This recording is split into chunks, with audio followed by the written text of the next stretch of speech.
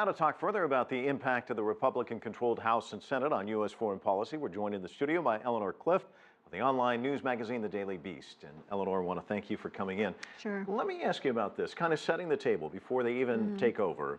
President Obama kind of pokes the Republicans in the eye with Cuba and immigration.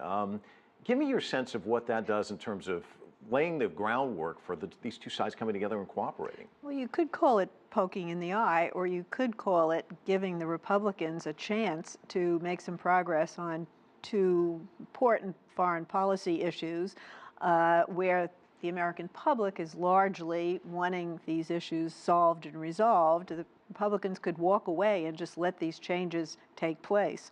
So I think on immigration, I don't necessarily see that they're going to make any movement forward, and I don't think they're going to be able to take away what the president has done. On Cuba, I think there'll be some stalling, but I think the embargo is on its way out. And the threats to deny funding for the embassy, that's an empty threat because the building that's the intersection now was the embassy before and just becomes the embassy automatically. And, you know, they can stamp their feet and say, we won't confirm an ambassador, but you've got a very talented chief of mission there who can do the job. So I think the Republicans might be smart to leave these issues alone and go on to greener pastures where they can maybe either work with the president or really defy him. Let me ask you about some of the areas where they've been very critical of President Obama: Assad, Syria, right. ISIL, dealing with Russia. How do you see the Republicans pushing any of those issues, or do you see them pushing? And also Iran as well. Well, they're very critical on those issues, but they generally don't have a plausible alternative. Nobody is saying, let's, put boots on the ground. And, I don't see anybody coming up with an alternative. I think on Iran, you do have an area where the Congress really can throw a monkey wrench into what the president is doing. I think the president really wants to negotiate some sort of a deal to avoid, a confrontation over Iran's development of a nuclear weapon. And the Congress, the Senate in particular, seems to want to derail any potential agreement.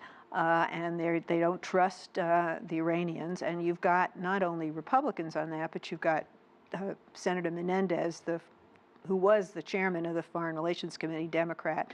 And so you've got some bipartisan opposition there. And that's an area where I think the president really very badly wants a deal. And the Senate seems determined not to let him have one. Let me ask you about, there's been so much written, and you reported on this quite a bit when Bill Clinton was president, the triangulation and trying to work with the members of the other party and actually get things done.